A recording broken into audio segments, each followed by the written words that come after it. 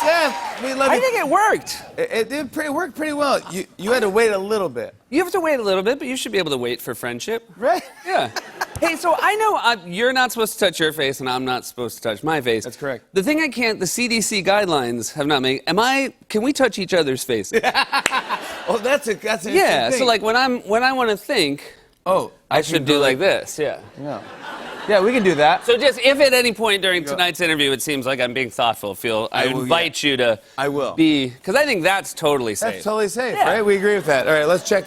Someone's calling the CDC right now. They're going to call the CDC Yeah, right we now? have we have their home number, so it's perfect. How's the family doing? How's the kids? They're great. How old are the kids now? They're coming up on 2 and 4. Wow. So much fun to be around. Still little babies. Those still cute. Still little kids. We just took them on a big trip. Oh, where? Yeah, we went to Uruguay. Yeah. That's it. You Really know, is. That's like the new Disney World. Wait, Uruguay? Yeah, my wife said we should go to Uruguay. I hear it's beautiful, and so I said sure.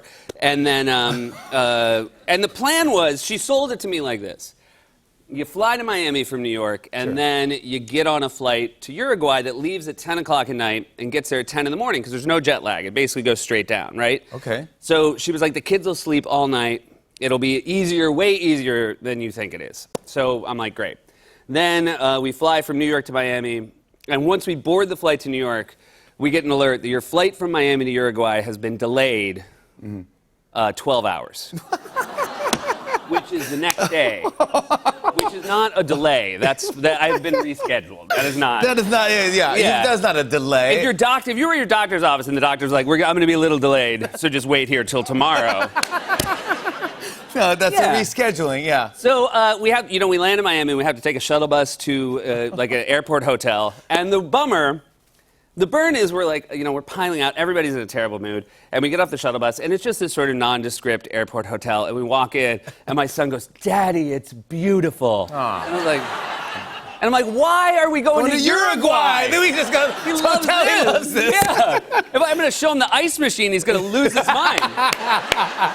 And then we had called ahead and said, look, we need 2 cribs. Yeah. And they said, absolutely, we can guarantee the cribs, but we can't set them up until you get here. Because, it was like 11 o'clock at night, and our kids are never up that late. And so we said, can you please have them set up, because we want to come in. And they said, it's not our policy.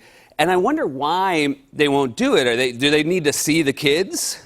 Yeah, we had a bigger one for that kid and a little one for, Or I was like, do they think we're like some weird crib fetish people that just...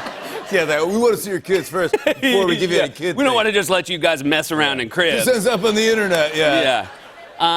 And so we got a couple of cribs, and then and we're like slap happy at this point. Everything's gone wrong. Yeah, you think you got it all figured out. You never do, Yeah, right? and then they brought 1 crib, and I said, it's 2.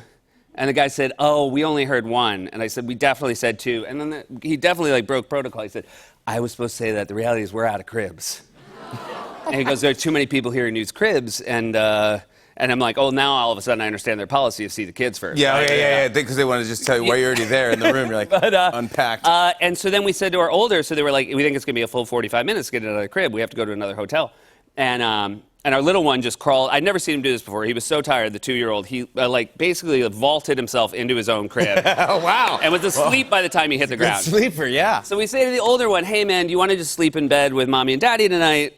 And then, that thing, the minute you tell a kid they can't have something, he's like, no, I love a crib. He's like, I love a crib. It was like, I'm the crib guy. Yeah, that's like my mom at a restaurant always like, I love a booth. I have to be in a booth. It's like, it's just a table, Mom. Yeah. So then, 45 minutes later, now we finally got 2 cribs, and we get our kids in. And again, we have to wake up at this point, 3 hours to go back to the airport to get on a flight. Oh, my God. And my son wanted us to play music because sometimes at night he wants us to play songs that he likes. And so we're trying to just pick one of the songs because we're like, he's going to fall asleep as soon as we play a song. So we're just trying to find something quiet to play for him. And then he again locks in, and he was like, I want Jingle Bells. This is 2 weeks ago. So it's like basically, and we're like, we're not going to play Jingle Bells. And again, he's like, I love Christmas music. And I love this I will kid. say, it was that great thing, because I do sometimes think terrible vacations bring families together, and Yep. you talk about them the rest of your life, right? That's true. If a vacation goes too well, you just forget about it, never speak of it again. This one we're going to talk about forever, because Alexi and I were in bed holding each other, shaking with silent laughter, because you don't want to, like, reward this nonsense. Yep. But our son, I was like, I think in the history of this airport hotel, no one in February has been like, Jingle bells or I'm gonna lose my mind. Never. Never. And so then the next day, so then again, our flight to Uruguay, which is 10 hours, was supposed to be in the middle of the night. It's in the middle of the day. So it's 10 hours of your kid being awake on a plane. Not fun at all. Get to Uruguay, most beautiful country in the world. Really great. Have an incredible time. Get back, and then I bring my son to school, the Monday after we get back, and he walks in, and I just hear him saying to kids, like, and there we had 2 cribs. And I'm like, he's talking about the hotel. He loves the hotel. All he cares about is the hotel. He loves the hotel. That was his story. More with Seth Meyers when we come back. Everybody stick around. He loves that. That's all he needs.